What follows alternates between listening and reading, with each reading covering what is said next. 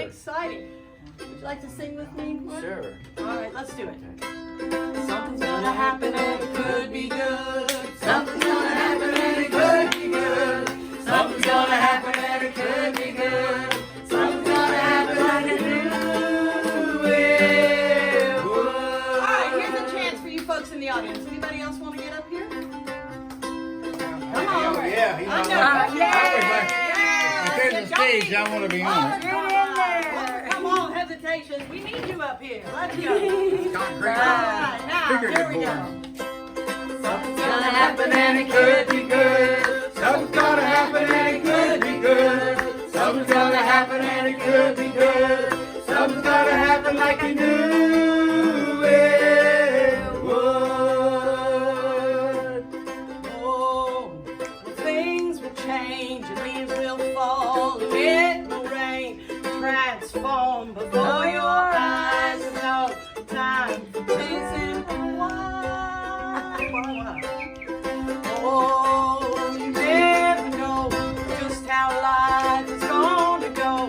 You jump in your boat, Row, row, row. jump in your boat, Row, row, row. Something's gonna happen And it could be good. Something's gonna happen and it could be good. Something's gonna happen and it could be good. Something's gonna happen like I knew it would. Take that to heart, people. Let's sing it again. Ready? Something's gonna happen and it could be good. Something's gonna happen and it could be good. Something's gonna happen and it could be good. Something's gonna happen like I knew it would. Oh, you got to aim high and go for your pie in the sky.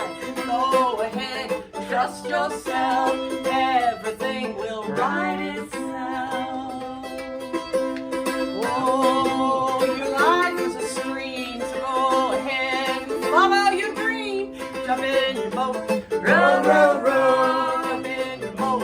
Row, row, row. Something's Gonna happen and it could be good. Something's gonna happen and it could be good. Something's gonna happen and it could be good. Something's gonna happen like you knew it would. Woo! Thank you guys. Thank you, singers. Thank you so much. Hey, brego, All brego. right, off you go.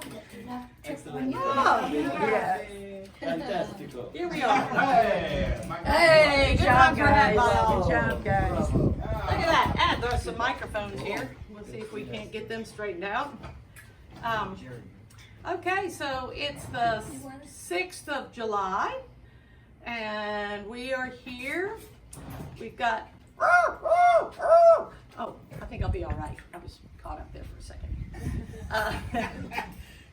I think I'm okay. I think I'm okay. And we've got a couple of guests for us this evening. So right now we're going to invite Vero to the stage. Yeah, you're the next contestant. Thank you thank you so much for spending your time Sunday morning here with me at the Lord's Shepherd Show. This is so much fun. Thank you so much. Well, it is fun, and I'm glad you're here. Where can I stick this if you want? I don't know where. I'm going to put it right here, and hopefully that'll work for both of us. Alrighty. Now, so you're Bero, and you are Sacred Crystal Rocks. Sacred crystals, rocks. Or sacred crystals dot rocks, depending on how you're finding it. Yeah, so you can find that at different places. And so you like sacred crystals. Are all crystals sacred? Yes, Okay. absolutely. So Sacred Crystals is a metaphysical store where we're trying to be there as a portal for transformation for anybody who wants to come and find us and move forward in their spiritual journey. Right now we're in shopping malls, which is always, everybody's like, why? Yeah. Why? Okay. So a metaphysical. What can we define that Yeah, word? I sure. have a vague idea of what does metaphysical mean. Yeah, that's funny because one of my missions is to be a shop not only for metaphysical masters and those who don't know what metaphysical means.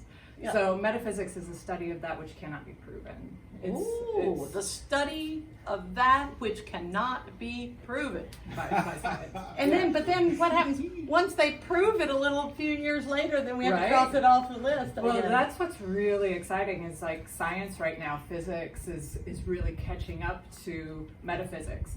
Like they're finding things that are like really fascinating that kind of explain the things that the witches, the metaphysicians, the people who believe in that life is magical. You know, their science is catching up to that, and it's really fascinating. So, I mean, one of the most recent things I listened to that like perked my interest was that our entire galaxy might be in the middle of a black hole, and what's wild about that is black holes is like nobody knows what's on the other side, but what they're thinking is that, you know, as we're going through this black hole, we're actually entering an alternate universe. Like, fascinating, right? But if you look at the edge of the universe, it kind of matches the edge of a black hole, like what we can see. So, you know, just things that cannot be proven. Things that cannot be proven. But they're working on it. Yes, I was helping a friend with some plumbing issues, and we were playing with dowsing rods a little bit. Ooh, and I had this metal thing in my hand, and I've never really messed with it. I've seen, and I walked over, the thing just swung.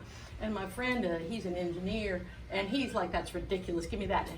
And darn if it didn't swing in his hand. So then I know some people get two, and they ask them questions, and you got yes and no answers. So then I've got two, got one in each hand, and I'm going, "Okay, show me a sign for yes." And he's looking at me like I'm losing my mind. He is like, "You are talking to an inanimate object," and I'm like, "Sure am." Anyways, that we haven't. But that dowsing is one of those things that's like on the edge. So you can go to a master dowser. That's somebody who is like a professional at the art of dowsing, and you can use the sticks, you can use a pendulum, you can. In the old cartoons with Elmer Fudd, they used a forked stick, which still works to this day. But you can go to a master dowser, and you can put a map in front of them and say, where do I dig the well on my property? And they will take their pendulum or their dowsing rods, and they will go around, and they'll be like, there. And does it really work? I mean, yes. we've always heard about it. Yeah, it's one thing that's still used to this day that goes back to, I don't even know, ancient times. Yeah. Right? So it's one of those metaphysical tools that's used in the real world. So if you have time for a quick story, I once knew a master dowser who was asked by this woman to find her wedding ring. Oh. So dowsing is great for yes and no questions, great for anything that's a fact that can be proven, you know, that can be checked later. Not so great for things that are subtext, like I always tell the teenagers, like, it's not going to tell you, does he like you? You know, like that's not what dowsing's for. But is there water here? Yes or no? It will say that. So is the wedding ring here? Yes or no? So she had lost her wedding ring. And he dowsed until he got yes and no answers to that it was upstairs in the last room on the left on the back wall, 5 feet off the floor. And she was like, "You're crazy? Yeah, why would it be there? There's not even a picture hanging there. Why? You know, like you're a nut job. The dowsing is nothing, and you know, forget you."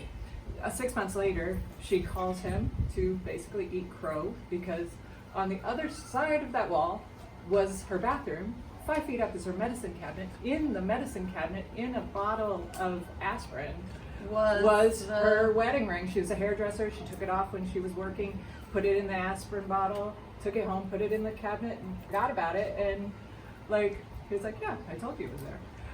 You know, but that's how awesome dowsing is. Can be, yes, with yes or no questions. And we have, you know, there's all those muscle testings, and we can go on and on about that. Yeah, kinesiology. Let me ask you, were you interested in these subjects your whole life? Yes. So, like, funny story. When I was a child, growing up in Texas. I drug my father in Texas there are no options other than Catholic, Christian, Baptist, Methodist, right? I drug my dad to every single church at about 9 years old, and I just wanted to discover like what was out there, what basically the meaning of life, but and at one point I thought, wouldn't it be cool if I could be the mother of the next coming of Christ? That would be awesome. Like that was the thoughts I had as a child. And who do you think you are? Right. Yeah. And then I grew into high school, and I went to Bible study in the morning, and then I went into college and I took world religions, and that just opened up my mind to all things. Like there's so much out there, and there is no right answer.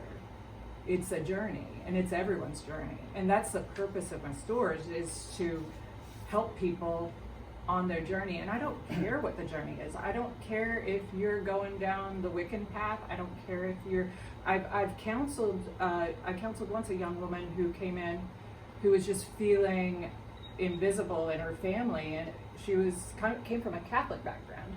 And actually at the end of our conversation, she had a renewed interest in her own faith, and so because it's her journey, it's not mine, not anyone else's. I'm not here to tell anybody how to live their life.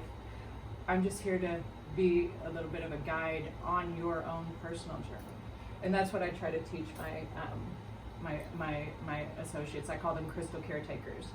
I treat the entire store like an altar, and I have the most amazing team of crystal caretakers that are in the stores, loving on all the people that come in. I mean, this is a group of people I go to war for. You have how many stores now? I have 3 stores, and then I do pop-ups, and we have a whole Renaissance Fair season. Where are your stores? So the closest one to here is in Tyrone Square, okay, which is a mall, yeah, that's not too far from here.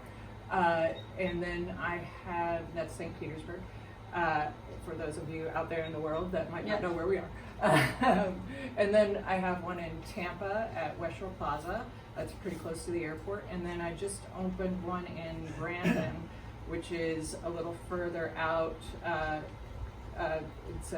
It's just a little further out past the Tampa edge, and it's kind of a suburb of Tampa, but it's a really nice area, Brandon. Well, congratulations. Now, do you have any people because some people are afraid that crystals and metaphysics are anti-Christ, right, and that we're all going straight to hell for even thinking about them? Do you ever have people pick at your store or get mad at you or come in and lay curses on you? Or well, that's really interesting, because I was just training on that. Personally, no, nobody ever comes in and throws a Bible at me or something. Now, it's happened to other people, and I really think that it's a matter of the law of attraction. You get what you're putting out. If you're having feelings that these people are going to come, they're going to come. Right, if you're worried about it. Yeah, but I've never worried about it, and I've always been very accepting of everyone who comes in, and I've always respected everyone's journey, so I've never had a challenge. Okay, so now, is there anything in the crystal world that you would say is particularly Christian? Oh, in the crystal world that's particularly Christian? No, that's kind of weird. I mean, if you had some Christian, is there any mention of crystals and stuff in the Bible? I mean, I know you're not a Bible scholar. Yeah, that's not something I've really studied, but that's worth looking into, because I'm sure there is. Yes. I mean, the Bible pretty much covers a lot that goes into the area of metaphysics as well, and I'm sure that there is, but I'm not thinking of it right now. But there's a lot of stuff in the Bible that basically lives into the law of attraction territory. So the law of attraction means that whatever vibration you're putting off, that waves like to sync up, and so I hear it's 17 seconds. If you have a thought for 17 seconds, you attract another one like it. and then after about a minute and 4 seconds or something, it really gets on a roll. Yeah. And so it's that thing, you can't necessarily control every thought that comes into your head, but you can control how long you think it. And so sometimes I'll walk down the road and I'm like, well, there's a big dumbass. And then I'm like, okay now, Laura, and I try and, get off that thought as quickly as possible. You bring it back to love. Always bring it back to love. Because they're on their journey. That big dumbass is on his own journey. Right. And in some ways, thank God they're on it, because I don't have to be. Because that goes into the idea of oneness. Really, we're all source energy experiencing itself, right? So we're all source energy walking around getting to play this part. So, that big dumb one is doing his part, and hey, as long as it doesn't affect right here, cool, go do it. Right, like I can't control you or anybody else, but I can certainly control what I think about. And my practice always is, if it's not making me feel good to think about it, I better think about something else. That's mine. I mean, that's the core. If everybody could do that, imagine how the world would be. Okay, this doesn't make me feel good to think about it. Think about that person that you hang out with that is always the negative Nelly, always the gossip, always just wants to bring up the crap about somebody else. If that person could monitor themselves at all and be like, wait, this doesn't make me feel good, let me change the subject, and then that multiplied to everybody in the world, how good would it be? I think it would be better. Now, It's our superpower, right? It is our superpower! What goes on inside your own head. Yeah. Okay, so you have these stores, but you also do workshops for people? Well, I do. I speak at events we do Body, Mind, Spirit and Spirit Fest. There's a Spirit Fest coming up in Punta Gorda, I think it's in August. That is going to be amazing, off the charts. It always is. So these expos are indoors, and it brings like-minded people in health and wellness, metaphysics, and all things under that umbrella. It brings everybody together in these expos, so you can learn. And there's products, one of my favorite products there that I don't sell because it's just not something that would be practical for our stores to sell, but that you can get there is there's a man and his wife who make copper pyramids. Oh yeah, those are so interesting, the whole copper business. I mean, what copper can do is insane. So especially when you put it in pyramid form. So they make copper pyramids, they make copper halos basically that people will wear, and it really changes their energy, changes blood flow, and so that's just one example, but there's so many different things at these expos that you can be exposed to. And then at these expos I often speak, and so one of the talks I give is I bought a pretty rock, now what? I bought a pretty rock, now what? Yeah, exactly, now what? What do we do with this pretty rock? I got one. Yeah, so basically crystals are energy. Everything, going back to science, everything emits a frequency. Yeah, frequency, yes. And so crystals emit a gentle frequency, and so do you. You're emitting a frequency. So when you add a crystal into your energy field, you're basically building your energy field with that frequency. And it's not a crutch, it's not something that you need forever, but a lot of times, for example, women especially will go through heart trauma, where their heart chakra will shut down, whether it's a bad breakup or being abused in some way, or even just being ghosted. That can really hurt the heart chakra. So you'll add in a heart chakra crystal, not because you need it forever, but because it works with you. It kind of takes care of you and kind of builds that energy field back up around your heart so that you can then open back up again. And I noticed that you're wearing quite a few crystals. I have got my, we were talking before the show, this is my meteorite ring here that my mother made. And you said one of your favorite crystals was kinds of meteorites? There's a bunch of different meteorites, and meteorites are actually hitting the Earth all the time. There was just one recently in North Carolina that somebody caught on film, which was really crazy. Like I don't know where it landed, but it was obviously a meteorite shooting down into the Earth. So meteorites are hitting the Earth all the time. My favorite is a very old one. It's Moldavite. Moldavite. Yes, Moldavite. It hit the Earth about 14 million years ago, and it's known as a very transformational crystal, probably because it transformed the Earth it was basically a planet killer. They think maybe it changed the direction of the spin of the Earth. It probably extincted most of the planet. It probably took quite a long time for the planet to recover. And this meteor, actually, I recently found out the crater of this meteor is in Germany, but it actually it went through so hard and so deep. Most of the crystal is found in the Czech Republic area, and most of the crystal is not obtainable. It like went so deep into the Earth that you can't get it. And they've been mining it for a while now, so most of it is in private collections. There's not a lot of it left coming out of the Czech Republic, but it's a space rock, and it's very green. It's pretty pure.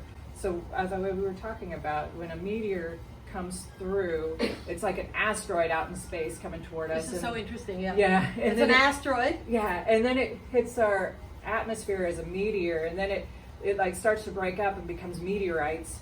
And then as it hits the Earth, it becomes a tektite because it hits so hard with the Earth, it fuses.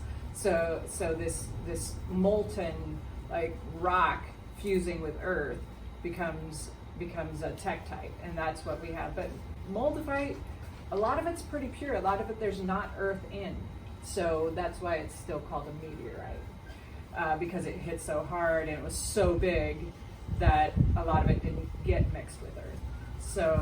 So yeah, but it recently got blown up on TikTok by the baby witches, as we like to call them, like saying that it destroyed their life because it's a transformational crystal. But basically, it's a crystal that vibrates at such a high vibration that it brings your vibration to it. Like it brings your vibration up. So if your vibration is rising, then anything that is less than light, anything that is less than high vibration energy is going to get left behind. And a lot of young people are not quite ready for that yet because they're still experiencing all that being human has to offer. And we got plane flying over, plane. But a little cosmic reminder that of something, I'm sure. But the moldavite has this transformational energy that they're just not quite ready for yet. And when you are ready, it comes into your life. You just find it. What happens if you're wearing? We've got a few more minutes here. I want to ask a question. What happens if you're wearing all these different? Okay, now first of all, the vibration that you're talking about is measurable with a scientific device. Am I correct? It is now. It is actually, now. Yeah, that's it's like an electromagnetic thing, and they now have a meter that can actually read it. Well, they've been reading quartz for a while because quartz obviously can transfer information. Yeah, that's why there's quartz crystals in them. Oh, God, it's so good. Watching. Okay, so back to, you have all these different vibrations going on. Yes. And that's okay, we don't mind. So don't mix each other up? I get this question all the time. And I would say Mother Nature works in harmony. So if you're wearing a ruby, which is like fire, zest, life, let's go, let's rock this joint. And you're wearing a blue calcite, which is, let's lay down, let's astral travel, let's be calm, cool, and collected. Like if you're wearing both of them, they're not going to be competing for your energy. You're going to be calling because your human being is intelligent and is going to call the energy it needs as it needs it. So if you're wearing these two competing competing crystals, you're going to call the energy of it that you need at the time, and it's going to help you. That's why I say Mother Nature works in harmony.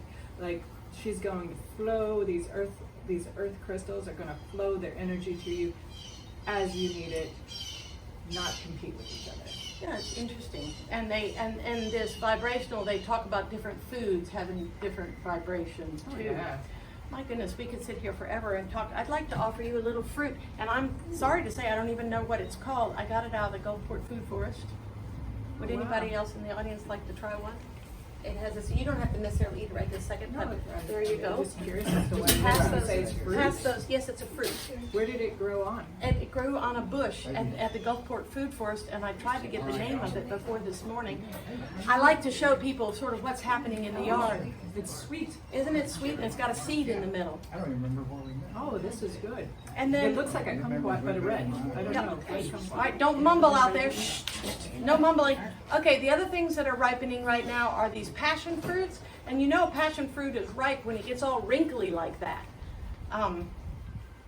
So, I'm going to open this up. I wish I had a knife. See how it just drips? Ah! Look at that. Wow. Yeah, somebody want some passion fruit? Anybody want some passion fruit? This is what's happening in the yard. Get it. Get it. It's dewy. Pass that around. That's what a passion fruit looks like. And when they're all wrinkly on the outside is when they're really ripe. This is not good looking at all. And while I was traipsing around in the yard today, there's lots of mushrooms coming up.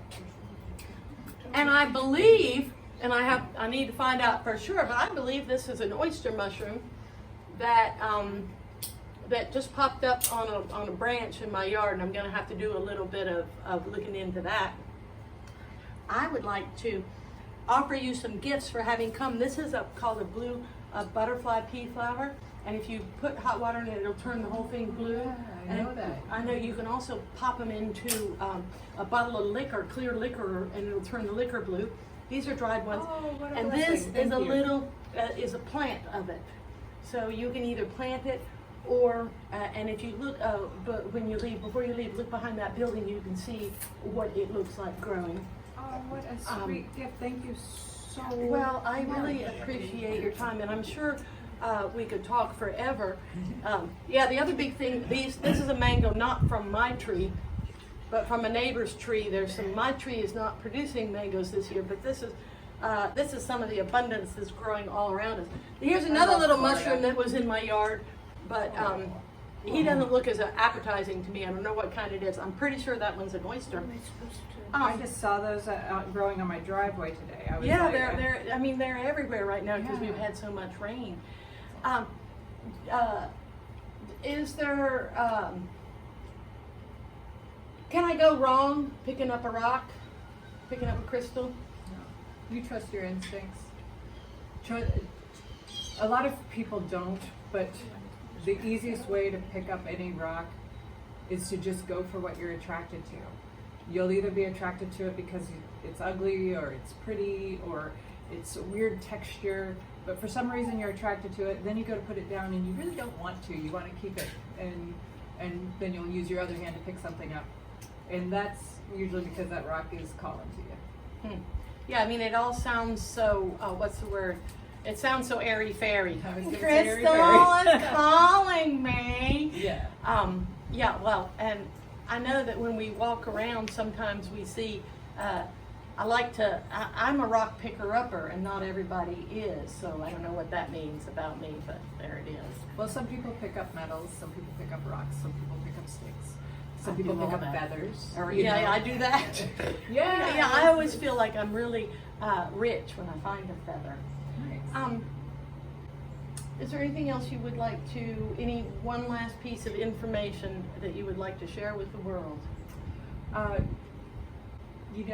just feel blessed to be here and I'm blessed to have sacred crystals, and you can find us at sacredcrystals.rocks. We're out there in the world wide web and doing good things. Yes, well, okay, so go to your shop, and even if you're not there, whoever's watching your shop will have some knowledge and some empathy, and They're amazing. yeah. Thank you. Vero, thank you so much. I really appreciate your taking time come and talk about these things. Yeah, I appreciate you. This has been a blessing, and thank you so You're much. so welcome. I hope they grow and thrive for you. How exciting! And the dress I'm wearing, you sell a little clothing at your shop also. Oh yeah, we sell Pussy Army. It's called, this is Pussy Army, and some people get quite upset with this word, pussy, I've noticed.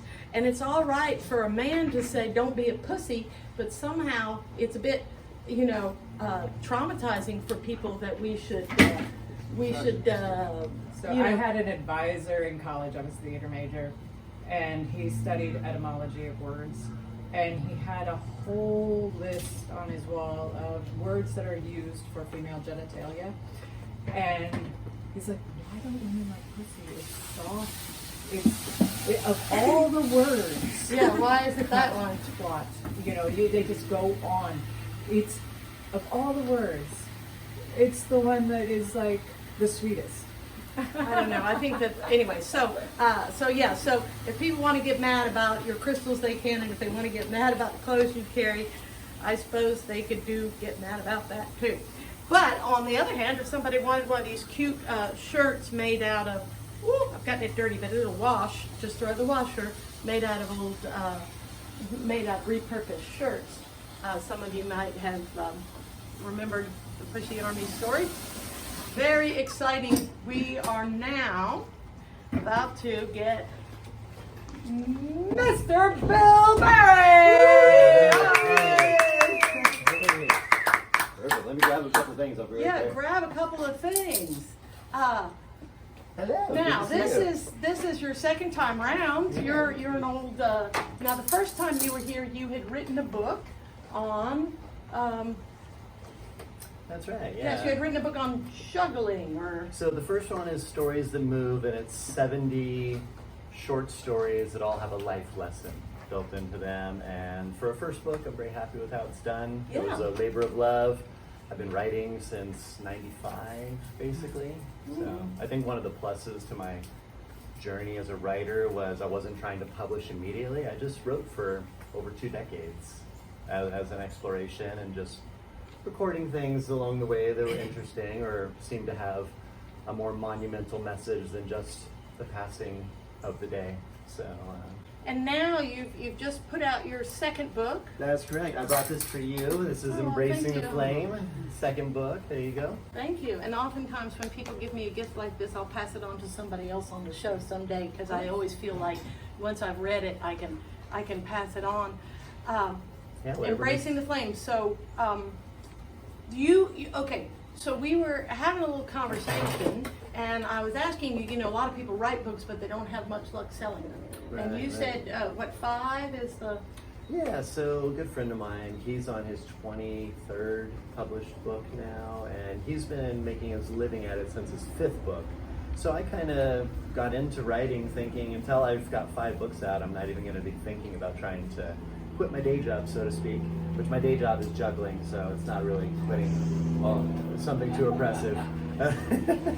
But yeah, so I've been juggling professionally since 97, and I'm still doing that. I did a show last night, I did a show the night before that. We were lighting ourselves on fire 2 nights ago, so. How exciting! Yeah.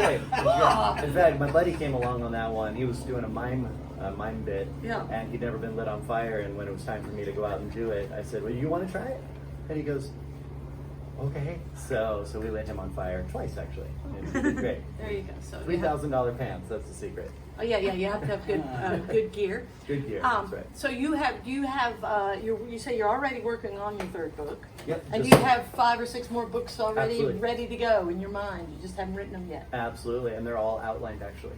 Oh, golly. So they range anywhere from the most outlined one is sitting at 203,000 words right now. That's the entertainment juggling memoir. That is the entire journey, not the entire, but all the highlights of the 20 plus years as a professional entertainer, going from how we started, winning the world championships, getting my first Guinness World Record, getting on ships. Ooh, he's a world colleges. record holder. Yeah, so. Congratulations. Oh, thank you. I don't know what I go on record in, but.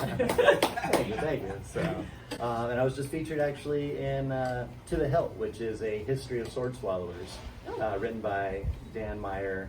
And so, can I hire you to come do a show at my party or something? Yeah. And So we get in touch with you, Mr. Bill Berry, at sort of all the social media. Pretty much. MrBillBerry.com, Mr. Bill Berry on YouTube, Facebook, X, Instagram, Patreon. Yeah, so if I'm having some sort of fancy event and I want you to juggle I could hire you. Of course, yeah. And I kind of lean towards the high-end corporates. I'm normally Yes. French cuffs. And, Yes. Yeah, look, so- I'm looking slick. You don't come out there in your old t-shirt, I guess. Well, everyone finds their own style, Mhm. and I really enjoy it. Like the cruise ships. The very first ship we ever did was ranked number 4, number 5 in the world at the time, and it was like tuxedos all the time. And that was a little nicer than we like to run, but we survived it. And yeah, had a great run on ships. Did 11 military tours, so did USO and MWR over the years, which the cruise ships take you to all those amazing vacation destinations, and then the military tours. I've been to Cuba 3 times, Guam, South Korea, Japan, all over Europe, Germany, France, England. Yeah. So. Okay. We're talking about this book, so we're back at this book. So All right, what all right. is this book? What are we talking about here in this book? So this book it starts with, of course, a disclaimer: fire is dangerous. Fire's It's got a dangerous. disclaimer. It's got a little bit of history, because I'm a 200-hour yoga teacher, trained yoga teacher, and for the last 8 years or so, I've had studios bringing me in to speak about the 8 limbs, specifically the 5th limb, pratyahara, that's denial of the senses. The 5th limb. Yeah. So What are the 8 limbs? We don't need to go too far in it, but in yoga practice, there's different limbs, I guess, or steps or choices. So you've got your yamas and your niyamas, which are sort of like, kind of like the 10 commandments of yoga, truthfulness and various things. And then you get into more of our Western yoga practice, which is asana and pranayama, that's posture and breath. And a lot of Western yoga practice ends there. There's very little in our Western yoga tradition that takes you beyond just the breath and posture. And I'm not saying just the breath and posture, because That's a lot. it is a lot, and there's a real reason why. If I asked you to adjust your heart rate, could you willfully just change your heart rate? No. No? But some Okay. people, but I know that people can. Well, could you digest your food faster if you thought about it? I don't know, but I bet people can. But could you hold your breath? Yeah. But all this morning, you probably were breathing without giving it any thought. It's automatic. Right. And yet, it's there, available to us at any moment to take over it. So that is the gateway. When we learn to control the breath, we can begin to explore what is on the other side of that gateway. And that's a big part of what this book is about. But have you seen, we live in Florida, we have a ton of lizards here. Mhm. You ever notice that the lizards run and stop, run and stop, run and stop? Mhm. Ever notice that? Yeah. You know why? No. We got a whole studio audience out here. Yeah. Studio audience. Anybody Well, know why? I assumed it was to keep predators from getting them. So it's, You know, like you'd run and then you stop and you freeze and you look around. so it's a good theory, but it's actually because they cannot run and breathe at the same time. Oh. So they run. Isn't that funny? No, I just assumed it was like anti-predator behavior. Yeah. So it's another thing we take completely for granted. So I'm very deeply fascinated by the things that we take for granted as normal. And this is one of the things I've loved about travel is we have so many things that are normal to us here in the U.S. as U.S. citizens with U.S. culture. But then you go to Poland or you go to New Zealand or you go to Japan, and there are things that are different. There are things that are universal for people. And then there are things that are unique to your culture, and to be able to peel back, oh, that's true of all of us. That's true of an American. That's true of a South American. That's true. To peel back those layers and really reveal what is truly human versus what is cultural and indoctrination, just with what we're growing I up heard with. the other day that in the United States, most people that are schizophrenic hear voices that they think are scary and mean and bad. Mm. And in India, schizophrenics hear voices, but they hear their family and friends tell them nice things. Mm. And they think it's cultural, like because in our culture, you know, you're not supposed to be. Anyway, so Yeah. there you Oh, go. It's the fascinating. same thing. Yeah. I'm just noticing here, are these shoes that have a... Oh yeah, these are my favorite show shoes. Okay. I See, put, we were talking. Now we're talking about shoes. I love these. Those are just. But do they have a? They got baking soda in them, so that's They why. got baking soda in them. Okay, but they don't have a copper thing in them because these earthing shoes. I was just wondering if Oh those. no, but I they're. mean they keep you. I've been a barefoot Yes. shoe aficionado for a very long time. Okay. From the Okay. early days of the Vibrams. Yeah, they're very good. I never liked the Vibrams just because they were just a little bit too. Well, also, if anyone has Vibrams and has figured out how to make them not smell, please let me know because they were always stanky. All right, enough on shoes. Back to your book. So after asana and pranayama, which are of course very important, we can control the breath. Then we move into the other 4 limbs. And the next one is number 5, it's pratyahara, that's denial of the senses. Denial of the senses. So that's an ant is crawling on you and you can just remain calm. You can be, in my case, swallowing a sword.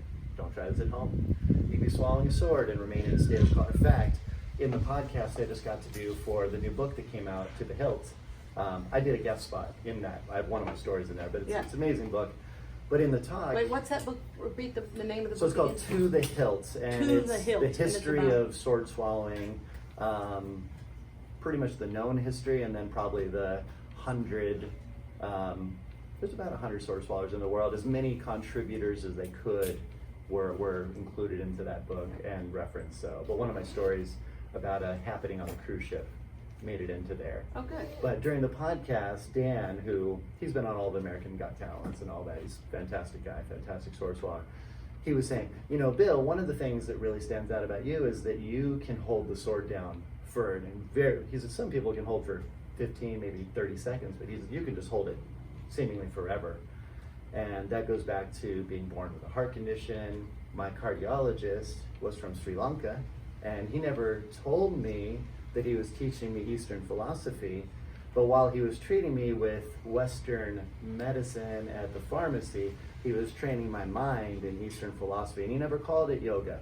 But all the things that I much later would discover on the yoga mat were all the things that he was teaching me as a way to control the heart. I know we were back into this. That's what we were talking about earlier in the show about controlling your mind. Your mind is what you can control. Absolutely. So then we come to this book. Okay. And we have about that much time left, just so you know. how much time? 15 minutes. 15 minutes. We're gonna have to go twice as fast. I know. Okay, just keep it because I know that you had something. You tell me when it's time to switch over to that business. Yeah, we'll get you going. But Tell me any more. Do we need to know any more about this book? So it's part memoir where I actually talk about my own journey into fire eating, because there's so much to learn from how I learned. And then once you there's a little history at the beginning, disclaimer of course, I introduce myself for anyone who doesn't already know me.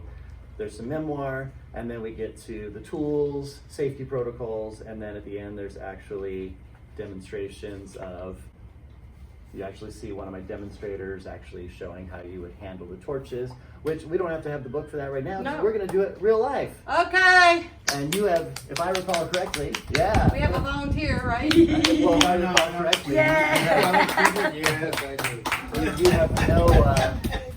you have no experience handling fire previously, right? Well, actually, the only one time I've handled fires, I had some friends that had a fire staff. Okay. And it's basically a big long stick with fire on each end. And they were messing with it, and they said, "Here, Laura." And I'm like, "I'm not messing with it. Like, I'm not crazy." Yeah. And a good friend of mine, Mark, he pushes me a little bit. And then I sort of realized, well, I mean, it was on the end of a stick, and I've certainly held so I was handed this fire staff, and I held it, and I felt really cool, and then that was that. That is the only experience I've ever had. Okay. Well, the first rule of this is we will only do what you feel comfortable doing. Okay. So I will present something, I will offer it. If you want to experience it, you experience it in the way that is comfortable for you, and then we'll stop whenever you're ready. Okay. I've had people go through some remarkably advanced tricks in a very short amount of time, and I've had people who just basically did the first touch and they were fine with that. But for someone who just wrote an entire book on fire handling, I'm not actually a person who loves to play with fire. What I love is the opportunity to push our own boundaries, redefine that relationship. From the time we're children, we're told, don't play with fire, fire is burning, it's dangerous, don't do that. And that's all very true. And when we're children, we need these very simple messages. But as we become adults, a lot of these ingrained messages are open to a little exploration and refinement. And we should never play with fire, but we can explore with fire. We can discover with fire. So would you like to discover with fire? Yes, please. All right. So I'm going to dip a couple torches. You can't see it on camera, but we've got a running water source just off frame. We've also got a bucket with some water in it. So we have some safety measures in place. Never can be too careful when handling fire. In fact, I'll just fuel up this one first. There's gonna be a little drippage, is that okay? That's all right. Yeah, there on the yep. So you're pouring what on there? So this is Coleman white gas. Coleman white gas. Yeah, so you can buy it at Walmart or whatnot. This is another thing that's all gone into in depth in the book. You don't want to just use any old gasoline. There are very specific accelerants that are acceptable. Coleman fuel being one of them. Okay, because like gas from my gas tank is going to act differently. Very bad. You do not want to. Don't want to mess with that. Yeah, you don't want to mess with that. But so the first step actually is you just got to learn, ironically, just to blow it out. From the diaphragm, nice deep blast. It's my birthday. It helps if you get a little bit under it, and the closer you bring it, the more power you'll have. Ready? Deep breath in. All right. Okay, I did that. Bravo. And that may seem silly, but if we can't extinguish it, Right. That's step one. Right. You It was gotta know easier than before I you thought, frankly. You did very good. It was easier than those candles that keep relighting themselves on your birthday. You must have a good teacher. You must have a good teacher. Yeah. So the next step Uh-huh. is, I'm just gonna hold my hand out. Give it a tap. Hold your hand out.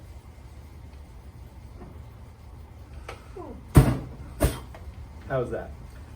It was fine. It didn't hurt, but it was a little hot. Yeah. Yeah, there was a little bit of heat to it, but it didn't hurt. Yeah. And there's no burn. Yeah.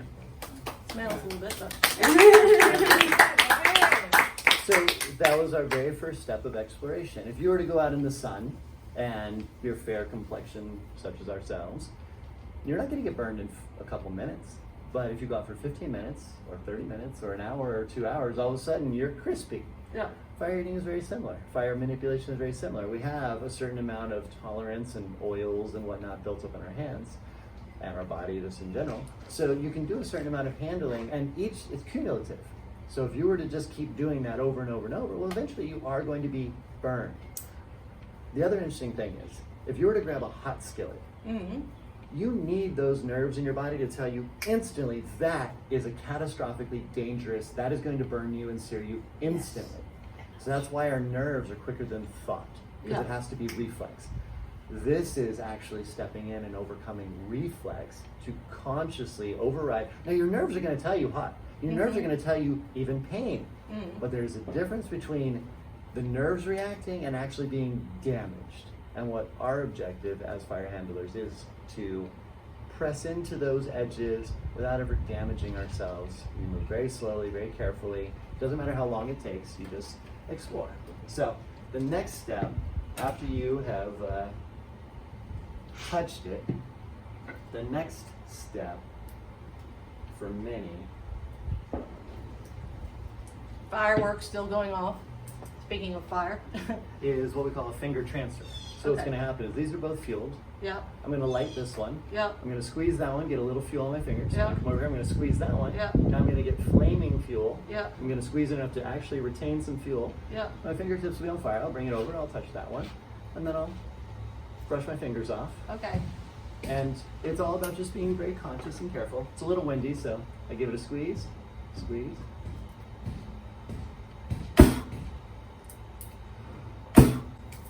Wow. That's taking a little more quick than me, but I'm game. I mean, like, I can't quit yet. So which one is comfortable? Which one do you want to grab to bring the flame from? That one. I just because You want to go from there to there? Yeah. Or from there to there? Oh, let's start here. I'm going to go from here to there. Ah, So this decision. one will be lit? Yes. So you're going to squeeze there? I'm going to squeeze. And show me how hard you squeeze. Oh, Like you actually mean squeeze me. like that A hard? little hard. Yeah, there you go. So Okay, actually got to really squeeze pretty hard. So, and then do the exact same squeeze over there. Okay. Yep, same squeeze. Yeah. Bring your fingers over. Yeah. Touch there. Yeah. Shake out. Shake out. And extinguish. And then extinguish this. One more time. Do it again. Squeeze. Okay. So I'm going to squeeze. Ignite. Ignite. Transfer. Transfer. Again. Squeeze. Ignite. Transfer.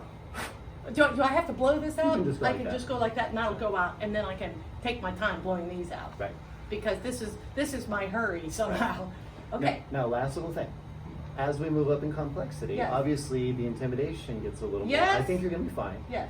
But remember, the longer we let it burn, the ambient heat will begin to build. Yeah. So if I light it and, And you, you- not in a panic state, No, but but if don't. you very consciously move through the Yeah. sequence pretty quickly, this won't even have had a chance to build up heat. Heat. Whereas if you were to let that burn for 60 seconds, it's going to be toasty just Right. to touch it. Right. Because now the materials, I mean, these aren't hot right now. No. But if No, they've no, been no. on fire for a minute, they would be hot Yeah. to the touch. Okay. Ironically, the fuel actually keeps the torch cool. It does feel kind of cold and wet, actually. But even when it's burning, that still creates a little bit of thermal dampening. So, you want to try it? Yes. All right, let's do it. I mean, for God's sakes, you wouldn't be sitting here showing me if it was going to kill me. And what's the worst that can happen? Let's not even think about that. Okay. Hold it the way that's comfortable. And I'm right here with you. Okay. Really fine. You All good? is well. So you want to light that one, right? We're going to light this one. I'm going to squeeze to get goop on my finger. I'm going to come over here and get my fingers alight, and then I'm going to squeeze, and I have to squeeze fairly hard all 3 times. So once you're lit, not so much. Not so but much. the first 2, Okay. you want to give it a good squeeze.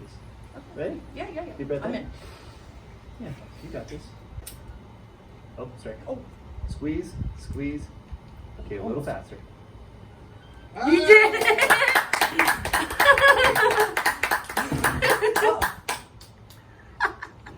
That's amazing. Closer. Oh. Good. Okay, I'm feeling fairly successful, and that did not hurt one bit. Totally feel That was Yeah, fantastic. yeah. So good, so good. You have handled that. And this is a full workshop that I will do these one-on-ones, and they never go less than 90 minutes for a full workshop. Right. They usually go about 2 hours, and I know we only have 15 Yes, we minutes, only have 7 minutes left. Okay, so I could hire you. Now, do you do this with children? 18 and above. 18 and above, just Yeah. because. Yeah. Because So- why not? I- So if somebody wanted to learn how to do this, they could hire you to teach them? Yes. So this is part of the thing that I have on the Patreon. When you buy the book, you actually get 3 months free to the Patreon that has accompanying videos, and then also you can purchase a one-on-one, in-person or virtual, where we will work through all of the exercises. If you purchase a virtual workshop, obviously you have to show me that you have proper equipment, proper fuel, proper safety in place, that you have water, all the things that would be necessary, and ideally a buddy there as someone to kind of be a fire safety. Right, But- so we can get you on Patreon. Is it Patreon? This is Mr. Patreon, Bilberry. Patreon. Mr. Bilberry. Mr. Bill Barry. You can also get Laura Shepard, the Laura Shepard Show there. Yeah. It's a platform where you can support people by giving up. Remind me, let's do a co, We can, because you can promote other creators on Oh, Patreon, so let's do a promote each other. co-promotions. That would be yeah. great. Yeah. So, Oh, wow. All right. do you want to try one more? Oh yeah, one more, quick. Okay. We got one more. I mean, so far I'm all right with this. So let me actually set you up with a little exercise that I want you to do. And everyone's hand is different. Mm-hmm. Are you right-handed, left-handed? Right-handed. Okay, so you're probably going to want to extinguish with the right hand. Mm-hmm. Hold your hand open. Mm-hmm. Place the torch in. Mhm. Now the angle can be different depending on the person. I want you to put it right in the middle of your hand Mhm. and find where you can totally engulf it to where there's no wicking exposed. Okay, okay. Here, try that angle. Oops, sorry. Try that angle right there. Maybe that's a little better. So I want you to hover it over your hand, because if this is on fire, am I getting burned if that's on fire?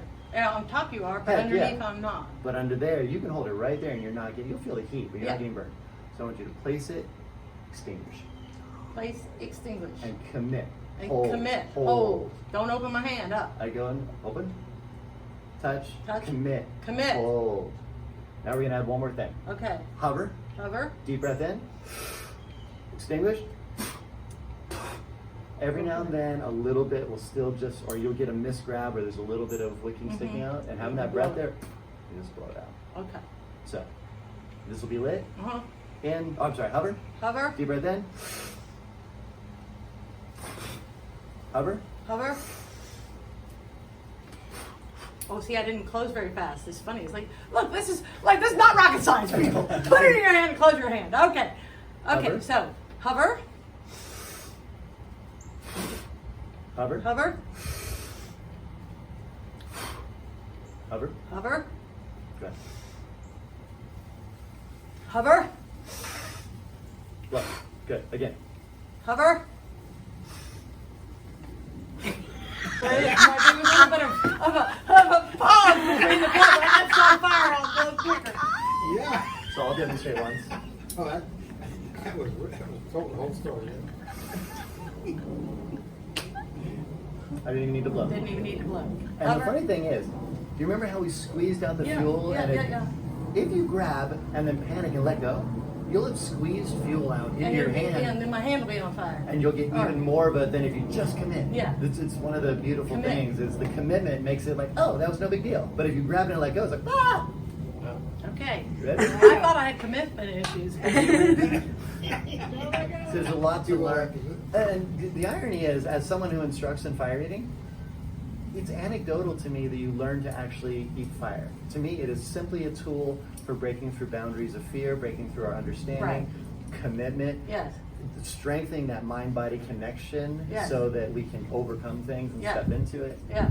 So, So you notice I can interesting. do this itty-bitty little torch. Thank you. Thank you. Itty bitty little torch. Now again, I want a big one. Why don't you give me a little one? I'm good enough for a big one. I'll just take the little one. Just kidding. so I'll be honest with you, Yeah. because the bigger ones have more fuel, Yeah. they actually stay cooler Oh. even though they're more intimidating. Oh. But I start people with the little torch because it's just a smaller flame, it's easier to wrap up. Yeah. But just like when we did the transfer, Yeah. the fuel on this is going to burn off very quickly. Yeah. So once we light it, if you need, we'll abort, we'll reach fuel, but it'll be a 1, 2, 3, go. No, I'm going. Okay. Okay. So it's hover, breathe, close up. Okay, the wind is blowing. Maybe wait a half second here. Okay. I'm trying to figure out how do I feel? I feel a little nervous, frankly. But I mean, not as nervous as I thought I would, frankly. I think I feel pretty calm. At any time, we are one breath away from taking ourselves to a place of calm. That's true. Just exhale. And I always say, people always talk about the deep breath, but I talk about the exhale a lot because you can't inhale unless you've exhaled first. So a lot of times when people say take a breath, I'm like, exhale. Because the inhale is what God gives you, and the exhale is what you have control over. That's one of my personal theories. So I'll back that up a little bit. I heard a thing that was saying that people who smoke cigarettes, what are they doing? They're taking 15 to Inhale. Oh, I know. I've breathe. said that a long time. Yeah. You see your breath, and it's conscious breathing. Yeah, so maybe the tobacco is just anecdotal to Yes, the to actual the conscious breathing. Taking 15 And now that minutes you have to breathe. go outside to do it, it's even better for you. All right, we're running out of time. We're going to put this out, and then we're going to end this show. Yes, sir. Okay. Hover. Deep breath in, commit. You did it! I did it!